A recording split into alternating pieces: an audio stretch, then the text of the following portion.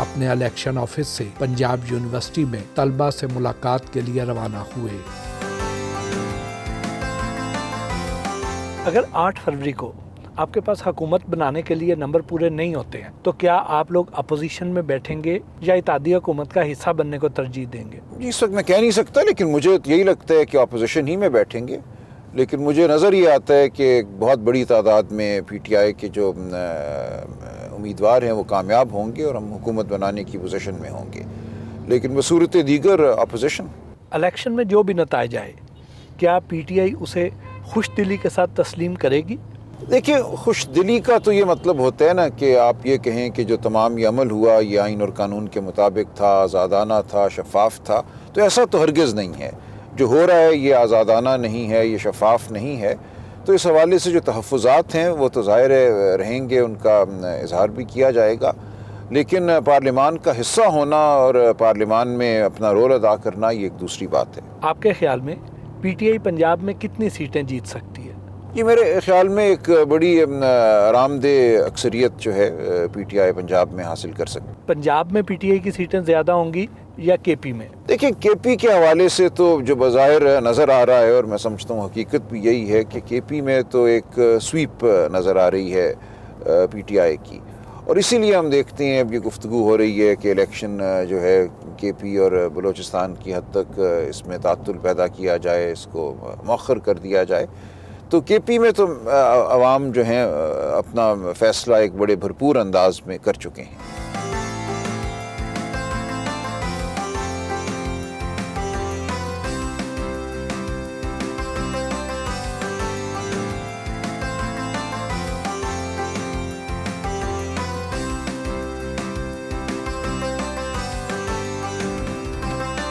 Police اور university security انتظامیہ نے خطاب کرنے سے روک دیا۔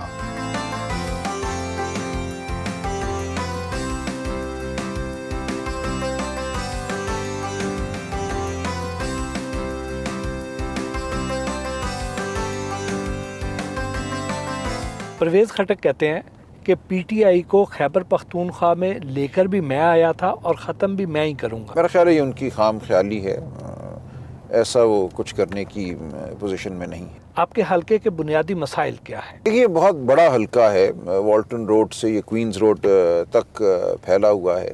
اس میں بعض علاقے تو ظاہر ہے وہ ہیں جن کو ہم پاش کہتے ہیں، ماڈل ٹاؤن ہو، گلبرگ کے علاقے ہوں، شادمان ہو، شاہ جمال ہو، لیکن اس کے ساتھ ساتھ یہاں دیہی نوعیت کے علاقے بھی ہیں، یہاں پہ ایسے علاقے بھی ہیں جہاں کچی آبادیاں ہیں، وہاں پہ واٹر فلٹریشن کے مسئلے ہیں، پانی صاف نہ ہونے کے، بہت سی جگہوں پہ گیس ابھی تک نہیں آئی، وہ مسئلہ ہے، کہیں کھدائی ہو گئی، پائپ لائن پڑ گئے لیکن کنیکشن نہیں ہوئی۔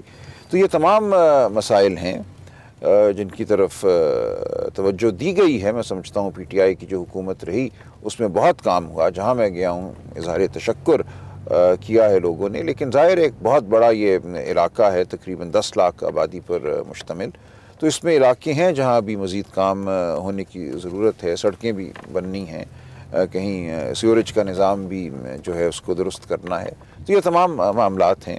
اسکول ہمیں نظر آئے، کچھ چند دن پہلے میں یہاں تھا اتحاد کالونی میں، جہاں عمارت بن گئی ہے لیکن وہاں ٹیچر نہیں ہیں، بہت بڑا تقاضا اس علاقے کا یہ تھا کہ یہاں اسکولوں میں ٹیچر بھیجے جائیں۔ تو یہ تمام معاملات ہیں جن سے ہم واقف ہیں اور جن کا جو حل ہے وہ ضرور کیا جائے گا۔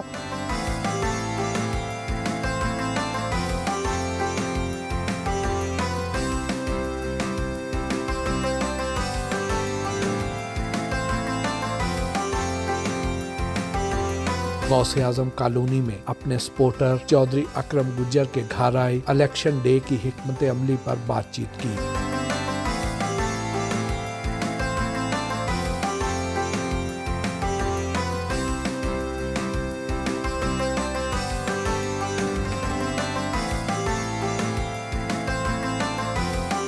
اپنے چیمبر آئے۔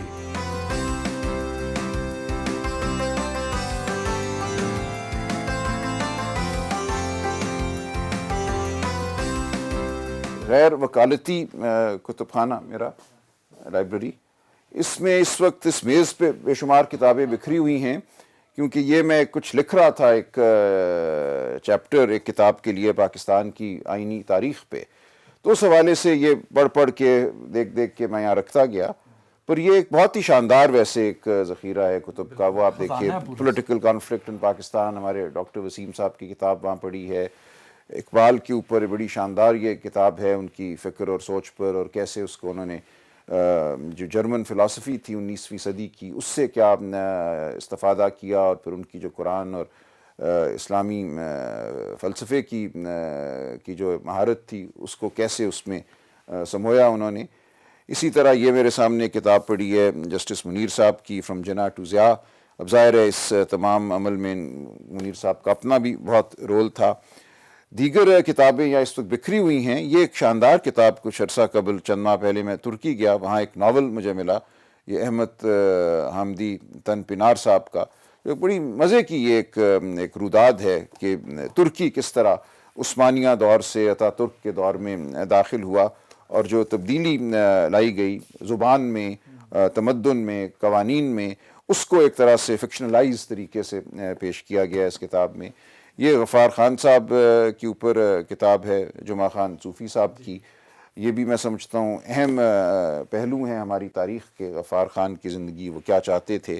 یہاں یہ کتاب پڑھی ہے the nation that lost its soul, Sardar Shaukat حیات خان صاحب کی.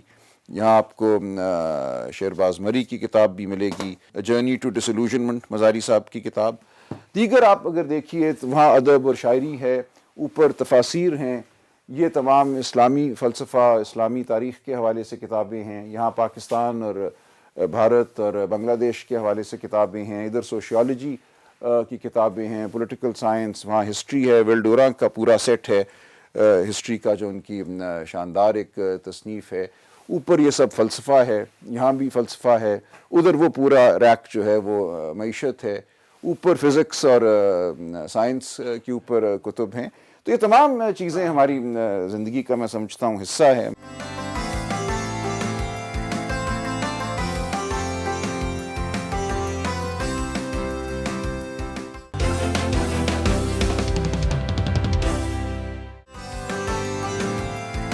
سلمان اکرم راجہ سے ہلکی پھلکی گپ شپ بھی ہوئی.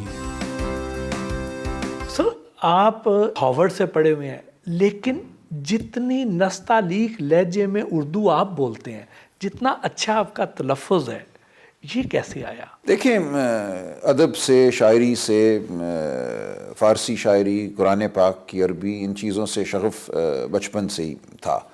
اور اس کی بڑی وجہ والد صاحب کا شوق تھا اس حوالے سے. تو وہ چیز ایک طرح سے ان کے ساتھ جو صحبت ہوئی اس سے مجھ میں منتقل ہوا. تو ہمیشہ سے ہی میرا تعلق کتاب سے رہا ہے، اردو ادب سے رہا ہے، اردو شاعری سے رہا ہے. اور اسکول میں نے فارسی بھی پڑھی. پھر جب میں کیمبرج یونیورسٹی میں HSN کالج کے بعد میں کیمبرج یونیورسٹی گیا، وہاں میں اکنامکس پڑھ رہا تھا. لیکن اس دوران مجھے عربی کا بہت شوق جاگا.